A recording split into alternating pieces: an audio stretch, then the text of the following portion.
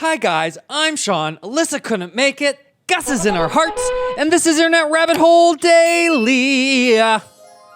That's right, folks. I am back reacting to some more content along with you guys here. Now, the big trailer that everybody's talking about these days is Chava. That's right. I'm looking here. It's got 47 million views, and it's only been out for like a little over 10 days. So, wow, it's blowing up. However, I was talking to one of my good friends here who said, hey, you need to know more about the actual history of this before you react on the trailer. So that's exactly what I'm going to do. He's provided me with two videos here for me to check out. As I understand it, this first movie, well, actually, there's going to be two movies, as I understand it. So we've got Chava, which is about a son, and then I think the next one is about his father, who is a very famous military leader. So I'm kind of pulling all these pieces together. So you know, the movie is about a real historical figure, and so I'm going to check out some of the history here in this video, and then in another one, we'll check out the trailer itself. So this first video here says is called Shivaji Raj liberates India from Mughals. Okay, so we're going to start with this one, and then we've got another one to check out by Abhi and Niu. Okay, so I think these are probably both going to be in the same video. So let's just get into it.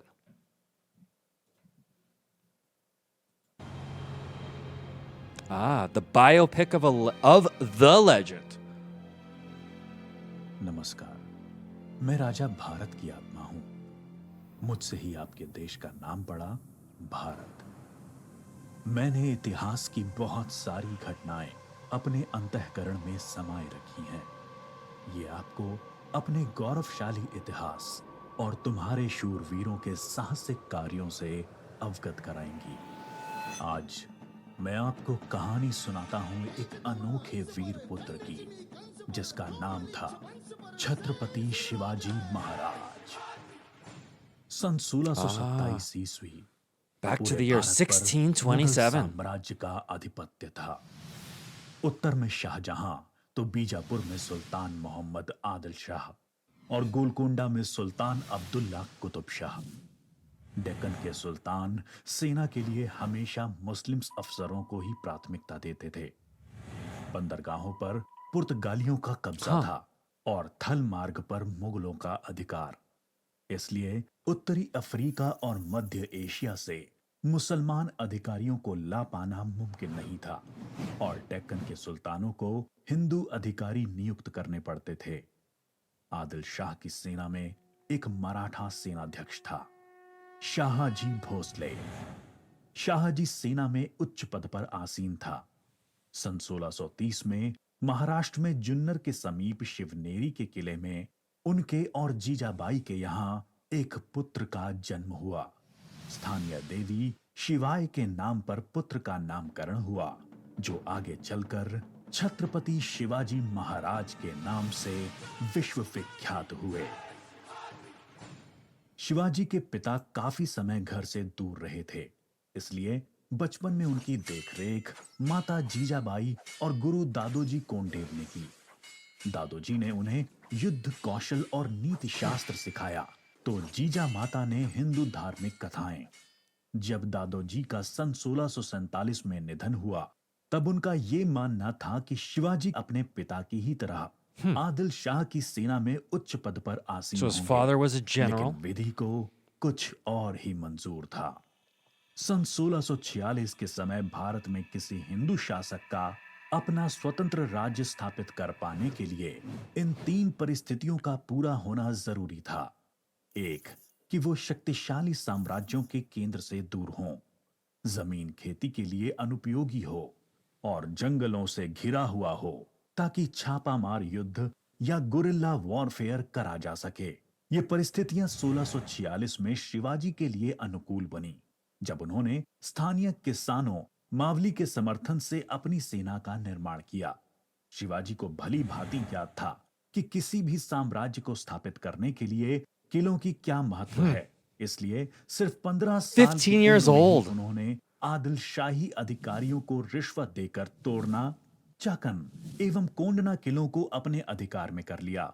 इसके बाद So उन्होंने he आबादी understood sort of Somdev the की मदद से important दाना, strategic कन्या importance of these और different भिवंडी forts. के किलों को मुल्ला अहमद से छीनकर अपने अधिकार में कर लिया। इन घटनाओं से आदिल शाही साम्राज्य में हड़कंप मच गया। शिवाजी को रोकने के लिए उनके पिता को गिरफ्तार कर लिया गया।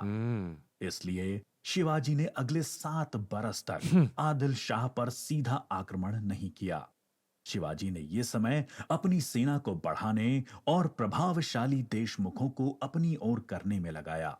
धीरे धीरे उन्होंने एक विशाल सेना खड़ी कर ली, जिसके घुड़सवार नेताजी पलकर ने संभाल रखी थी और पैदल सेना यशाजी कनक ने। अब तक शिवाजी के पास So I guess 40 is his किले father ही आ still चुके maybe थे। captured at this point? Shivaji के बढ़ते प्रभाव को रोकने के लिए सन 1659 में बीजापुर की बड़ी साहिबा ने अफजल खान को 10,000 सिपाहियों के साथ शिवाजी पर आक्रमण करने का हुक्म दिया। अफजल खान अपनी क्रूरता और ताकत के लिए जाना जाता था। उसने शिवाजी को खुले युद्ध करने के लिए उकसाने के लक्ष्य से बहुत सारे मंदिरों को तोड़ डाला और कई बेगुनाह नागरिकों का कत्ल कर डाला।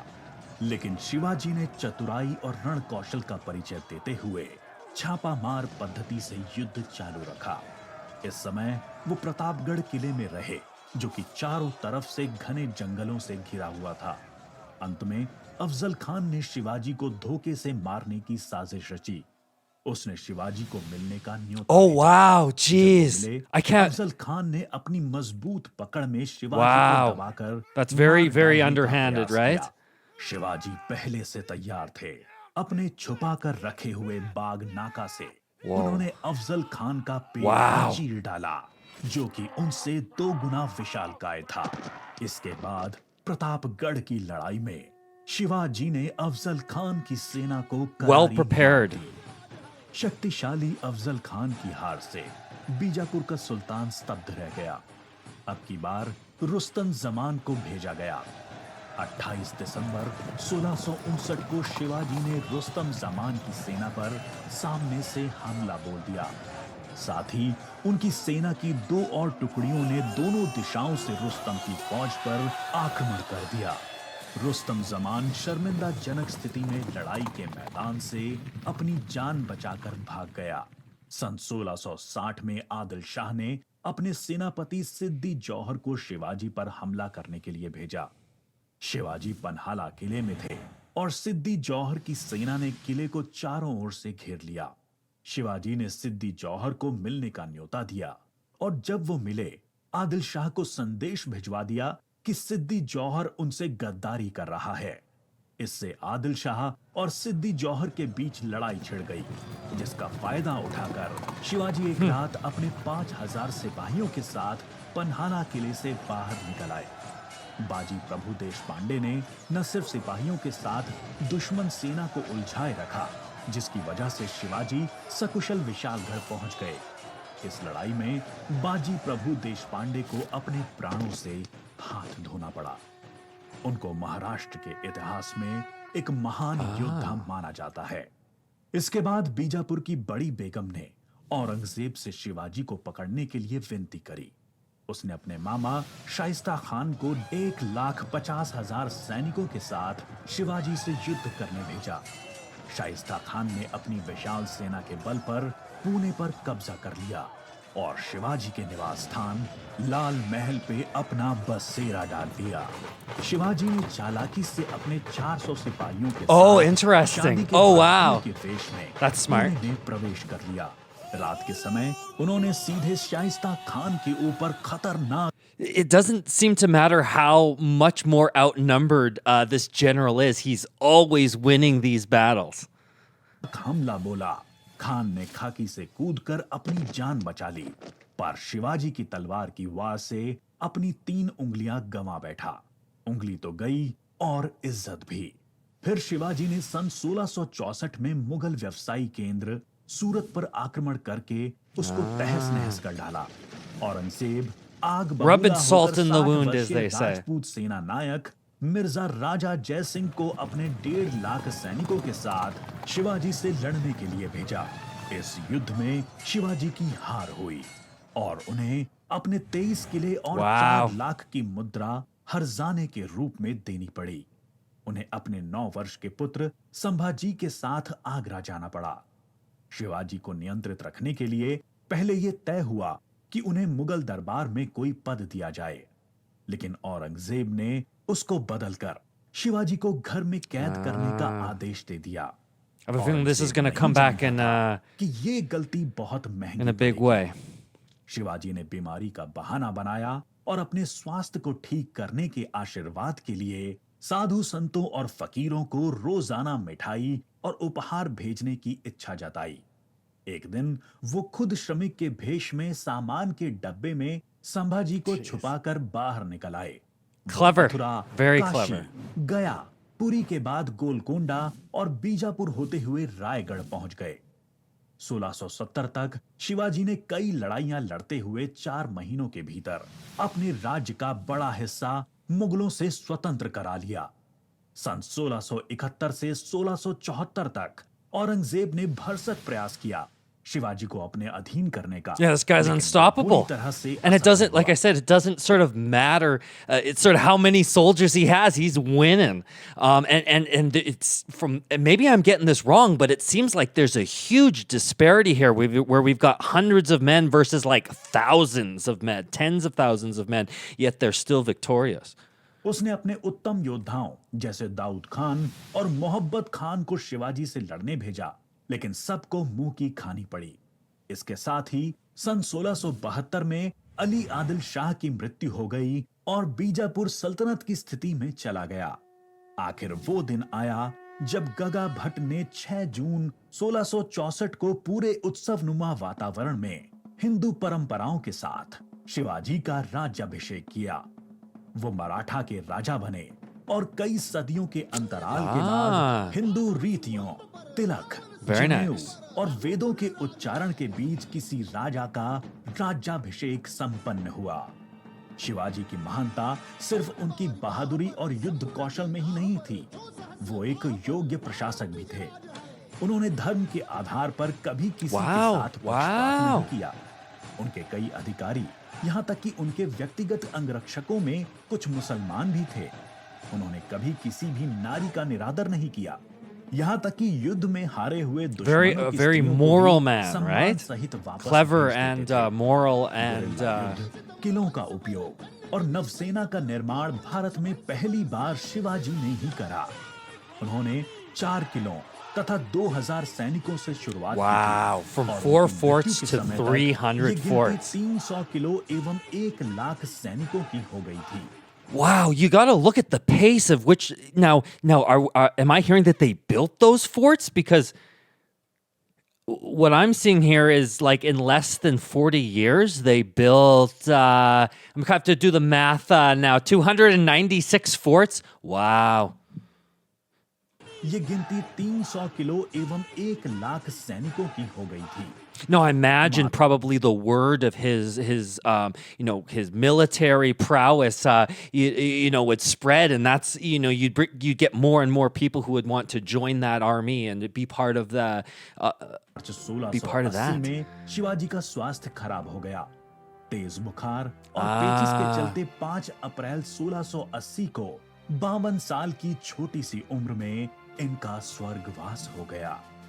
औरंगजेब ने सोचा कि शिवाजी की मृत्यु के बाद मराठा राज्य खत्म हो जाएगा, लेकिन ऐसा I was gonna say, yeah, he had पहले उनके his पुत्र son by his Sambhaji side. ने और उसके बाद छत्रपति राजा राम ने मराठा शासन की बागडोर संभाली।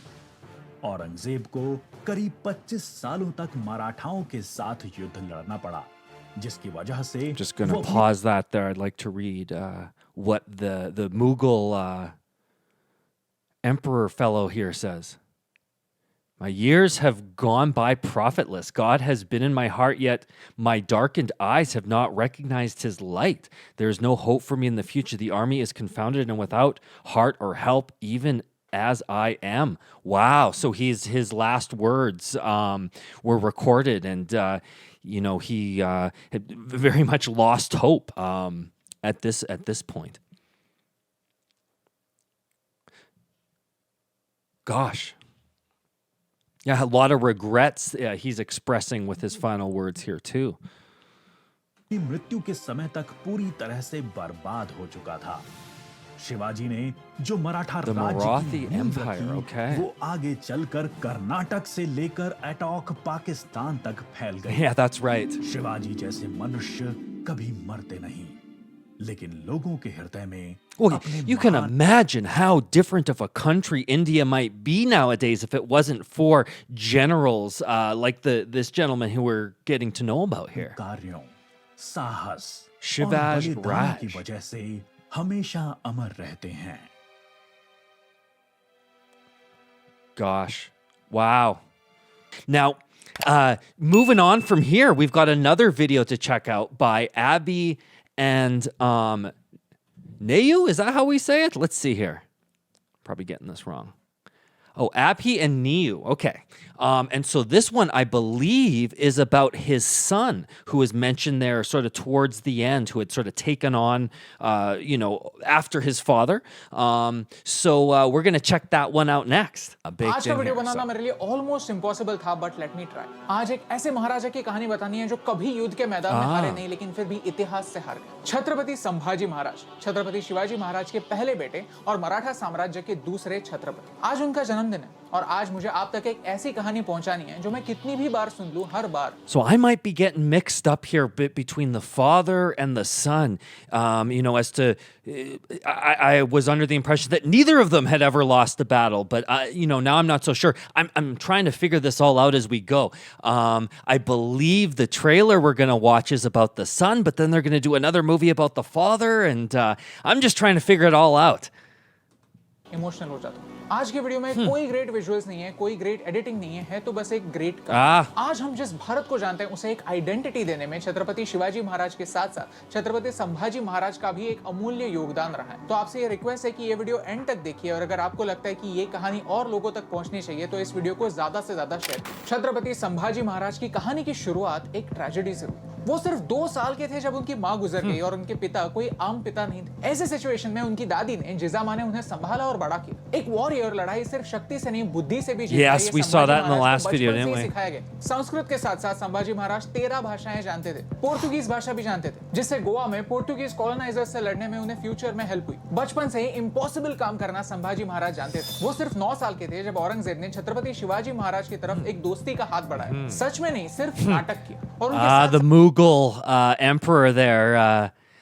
He was definitely, we saw him doing some very shady things in the last video. Sambhaji को भी आगरा में बुलाया और उन्हें जेल में डाल दिया। कोई और होता तो डर जाता, अपनी जान को अपने पिता के सपने से ऊपर समझता, लेकिन छत्रपति संभाजी अलग थे। गिव अप करना कभी जानते ही नहीं थे और जिनके इरादे पत्थर से भी मजबूत होते हैं उन्हें कैद रखने की दीवारें कभी बनी नहीं। और एक 9 साल का बच्चा और उसके पिता औरंगजेब के लाखों सैनिकों के नाक के नीचे से बाहर निकले। वो सिर्फ 10 साल के थे जब वो I want to know more about that story. सीखने के लिए गए कि शासन कैसे करते हैं। 10 साल की उम्र में ही उन्होंने दूसरे राजाओं को जोड़ना शुरू कर दिया था। वो सिर्फ 19 साल के थे जब रायगढ़ में इकोनॉमिक और एडमिनिस्ट्रेटिव डिसीजंस लेने लगे। वो सिर्फ 23 साल के थे जब छत्रपति शिवाजी महाराज गुजर गए। अक्सर हम सुनते हैं कि एक महान राजा गुजर जाने के बाद उनका राज्य भी बिखर जाता है। I gotta go back there. I think I missed that last little bit. Oh. अक्सर हम सुनते हैं कि एक महान राजा गुजर जाने के बाद उनका राज्य भी बिखर जाता है, लेकिन संभाजी राजे ने ये होने नहीं दिया। डिसीजंस को इमोशनली नहीं, रैशनली लेने का फैसला किया। स्वराज्य के लिए फॉरेन रूलर्स का जाना भी जरूरी है और एक इंडिपेंडेंट इकोनॉमिक सिस्टम का आना भी जरूरी है, ये संभाजी महाराज जानते थे। महाराष्ट्र के औरंगाबाद में औरंगजेब का एक फोर्ट हुआ करता था जहां का खजाना पूरे मराठा साम्राज्य को सस्टेन करने के लिए काफी था। इसी आइडिया के साथ एक 23 साल के युवा ने मुगल बादशाह को हराया, एक बार नहीं, बार-बार, लगातार। 20,000 की छोटी सी सेना के साथ 8 लाख मुगलों का सामना किया। How does that? Wow, just the disparity between the number of men, right, on either side. उन्होंने मुगलों को इतना परेशान कर दिया कि उनका फोकस नॉर्थ से हटने लगा और राजस्थान, पंजाब, बुंदेलखंड जैसी जगहों पर फिर से भारतीय साम्राज्य उभरने लगे। And this was his contribution. This was his legacy. If Chhatrapati Shivaji Maharaj gave birth to the Swarajya movement, then Chhatrapati Sambhaji Maharaj kept it alive. सिर्फ 9 सालों में छत्रपति संभाजी महाराज ने 120 लड़ाइयां लड़ी और एक भी नहीं हारी, लेकिन फिर भी अंत में अपनों ने ही उन्हें धोखा दिया। गणोजी शिर्के संभाजी महाराज की पत्नी येसुबाई के भाई थे। संभाजी राजे ने उन्हें वतनदारी देने से इनकार किया था। ये छत्रपति शिवाजी महाराज के पॉलिसी के अगेंस्ट था और संभाजी महाराज ऐसा कोई काम करना नहीं चाहते थे जो स्वराज्य के कॉन्सेप्ट के अगेंस्ट जाता। इसी बात का बदला लेने के लिए जब छत्रपति संभाजी महाराज एक सीक्रेट रास्ते से गुजर रहे थे, तब गणोजी शिर्के ने ये इन्फॉर्मेशन औरंगजेब तक पहुंचा दी और संभाजी राजे पकड़े गए। किसी भी पॉलिटिकल प्रिजनर को एक डिग्निटी दी जाती है और संभाजी तो फिर भी राजा थे, फिर भी उन्हें टॉर्चर किया गया, फिजिकली नहीं मेंटली। औरंगजेब ने 3 शर्तें रखी। एक, कि संभाजी औरंगजेब को बादशाह मान ले। दूसरी ये कि मराठाओं का सारा खजाना मुगलों के हवाले कर। और तीसरी, संभाजी अपने धर्म को छोड़कर इस्लाम का स्वीकार कर। छत्रपति किसी भी कीमत पर इन कंडीशंस को एक्सेप्ट नहीं करने वाले थे, कोई चांस ही नहीं था, क्योंकि इन्हें एक्सेप्ट करना स्वराज्य को धोखा देने जैसा था। देखिए, अगला पार्ट सब लोगों की बस की बात नहीं है, तो अगर आप टॉर्चर के डिटेल्स को स्किप करना चाहते हैं तो यहाँ तक स्किप कीजिए। संभाजी महाराज को ऊंट पर उल्टा लटकाकर पूरे राज्य में घुमाया गया, लोगों को उन पर पत्थर मारने के लिए उकसाया गया, यहाँ तक उन पर पेशाब भी करने के लिए कहा। प्रिजन में 40 दिनों के लिए लगातार उन्हें टॉर्चर किया। एक एक करके उनके नाखून निकाले गए, उनके आंखों में मिर्ची डाली गई, औजारों के जरिए उनकी स्किन निकाली गई। लोहे की सलियां देखिए, ऐसे सलियों को गर्म करके लाल किया गया और उनकी आंखों में घुसाकर उन्हें अंधा कर दिया गया। हर रोज पूछा गया कि क्या शर्तें मंजूर हैं, लेकिन हमारी छत्रपति का जवाब हमेशा Totally inhumane, you know? एक एक करके उनकी उंगलियां काट दी गई, उनके हाथ पैर तोड़ दिए गए, यहाँ तक उनकी जबान भी काट दी गई, लेकिन फिर भी उनका Yeah, and I was going to say any other man, would give in, and give into those 3 different conditions there. It reminds me very much of the Sikh gurus who went through similar, tortures and also did not renounce their faith and also stood strong. नहीं बदला। औरंगजेब ने उनके शरीर को तो तोड़ दिया था, लेकिन वो उनके जज्बे को तोड़ नहीं पाया। आखिर में उन्हें हिंदू रिचुअल्स के अनुसार अंतिम संस्कार तक नहीं दिया गया, उनके शरीर के टुकड़े कर करके उन्हें नदी में फेंका। Now, as you know the story, let me tell you why it's impossible to make a video. Let me tell you the real reason. Aurangzeb ने संभाजी महाराज के साथ जो किया वो क्रूअल था, लेकिन कितने लोग हैं जो ये एक्सेप्ट करने के लिए रेडी हैं? कितने लोग हैं जो औरंगजेब को a product of his time कहकर जस्टिफाई करते हैं, किताबें लिखते हैं, सेलिब्रेट करते हैं? और कितने लोग हैं जो छत्रपति संभाजी महाराज के contribution Did he just say people write books celebrating him? Just a sec there. Did I mishear that?